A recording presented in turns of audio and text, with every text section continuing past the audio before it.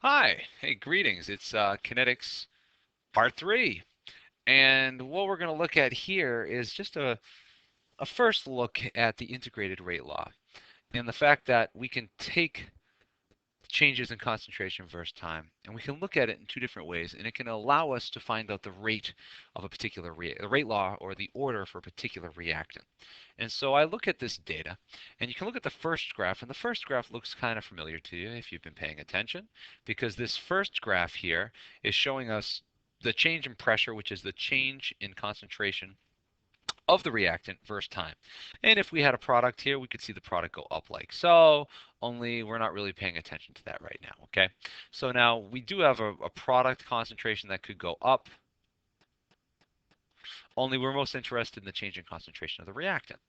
Now, if we take the change in concentration of the reactant and we take those concentrations, each of those different increments, and take the natural log of each of those values, and then plot those versus the same time, there's the possibility that this particular graph will turn into a straight descending line. That may or may not be the case. Now, if we do get a straight descending line for the natural log of these different concentrations or values, then that means that we have a first order reactant. Now, we're able to write a rate law for this particular expression, and that would be, well, rate equals K. We only have a single reactant in this case, so we have CH3 and C, the first power. It's first order. If you want to find out what K is the slope of this line. Because look what I have here. I have this integrated rate law equation, and look at the K. The K is the rate constant, and it's the slope. Notice how there's a negative sign in front of the K? I wonder why that is. Oh, there's a negative slope here on this graph. Excellent. Now, we could also look at this and say, well, what if it's not first order? We haven't seen something that's second order, but it happens.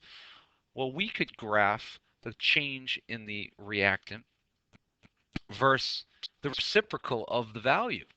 And so now if we took this particular reaction, this reaction is showing us two different graphs, one of which is the natural log like we just discussed, the other of which is the reciprocal of the concentration. Now only one of these is going to yield a straight line that will then be usable in the form of y equals mx plus b. Notice how the natural log in this case does not yield a straight line. So this particular reactant, which is the NO2, is not first order. In this case, the reciprocal yielded the straight line, which means this particular reactant is second order. And in that regard, it then affords us this equation, which also is in the format of y equals mx plus b, the equation for a straight line. And what we end up with is k is really just the, well, constant, and we could solve for the concentration at any given time, which is different than the last mathematical stuff that we had done.